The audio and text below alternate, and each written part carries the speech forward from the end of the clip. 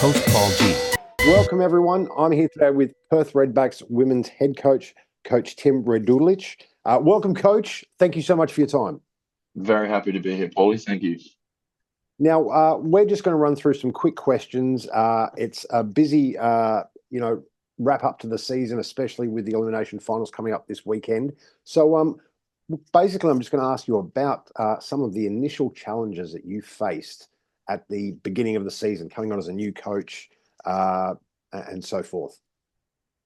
Look, it was just more or less, I think, particularly early in the season, it was just making sure we had an ability to implement the new systems with a new group.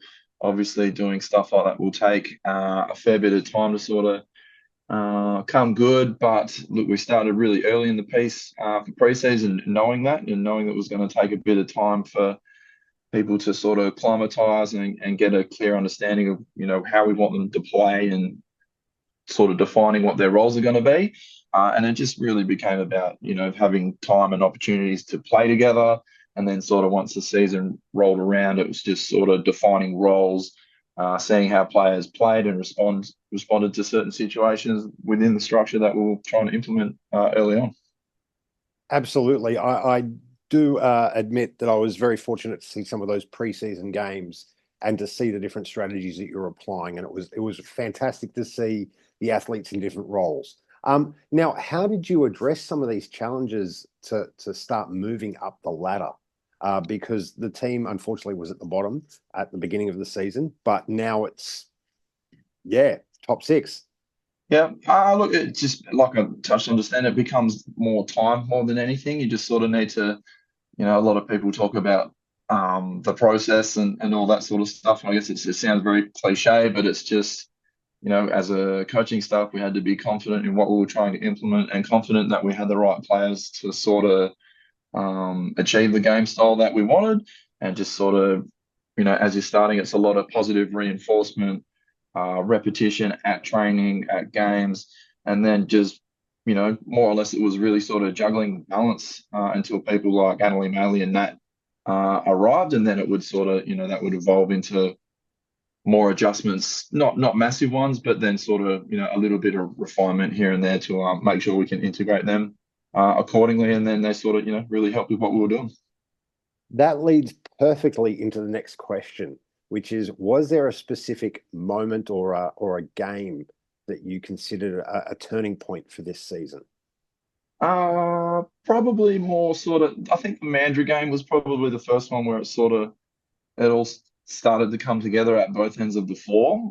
The defensive scheme and, people were sort of starting to realize if we got up and in, we had a lot of length on the floor when we had our full team. It was starting to come together. And then, once we all start pushing the ball, we're really dynamic in terms of, we can stretch the floor, we can attack the rim with a multitude of players. And then I think probably the East Perth game, it sort of really came together. Like defensively, we were just on point. Obviously, Nat had 14 steals in that game, but just defensively, things were clicking. The offense was clicking. I think that was the game where we run up our highest points tally, and it was a nice feeling just seeing it all sort of evolve and come together at both ends. And it was probably the start of the belief was there in the playing group of what we're doing.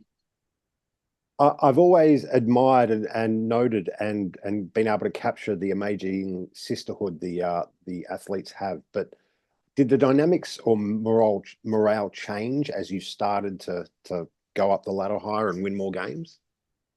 I think it's a natural thing. Once you start winning games, and I kind of talk a lot about sort of if you're winning, it's great, but it can hide some deficiencies as well because you have a tendency to sort of overlook it. But I think from at that point, it was just a case of, they heard the click when things come together. And I think at that point that, once you start winning, you achieve that sort of comfort level. And I don't mean in a sense of, that they can cruise, but that they're much more comfortable in their roles, what other people can do on the floor and their own ability. Yeah, absolutely. A lot more self-confident. And things have just become much more established, and I think it just improves that comfortability level. Absolutely. Now, we'll quickly move through these questions because we don't want to take too much of your time. But talking on player contributions, which players have had the most significant impact on the team's success this season? Um, Look, I would say it would be pretty obviously, Annalise Maley's sort of the big one that sort of comes to mind. When you've got a player of that standard and caliber that, she's well regarded, not just at a national level, but at an international level as well. And, players of that caliber, they don't come around too often sort of at an NBL1 level. So, look, she has a huge impact in terms of, not just her ability on the floor with what she does, but she's a really positive person, very likable, brings a really good, I don't know what the word would be, like an aura around the group that just sort of really lifts other people up. And, whether it's an experienced campaigner or a young rookie, like she's really good amongst the whole group. And we're very fortunate to have her. And then, obviously Nat's a stud herself, really high caliber collegiate player. She's sort of still really young in her professional career, I guess, of sorts. But this year she's sort of really, we feel like she's taken it to another level at the moment. And look, they've been fantastic. And when you add sort of two players like that, it really raises the bar and the level across the board for the whole playing group, which has been great. And then from a local contingent, obviously, you've got people like Brooke Malone, who she's an emerging 21-year-old who, she's going to have a really good career, in the not too distant future as well. And we're really lucky that, she's more or less become that third star or, third component to having that sort of, really talented. She's really evolved throughout trilogy. the season. Big time. She's really evolved, yeah. Yeah. And look, and she really fits our system as well, which has been fantastic. And then, everyone sort of contributed at some point. I talk a lot about Mick Perini and George Danahy. We're really fortunate to have two super high IQ point guards that understand the game, that, are really good at communicating with their teammates and keep people to a standard. Shanae, it was really important to us this year and sort of, she's elevated her game. And once she's, before she went down with an injury, was understanding what we wanted to do. And she was really starting to shine, even with the talent that we had around her as well, which is really positive.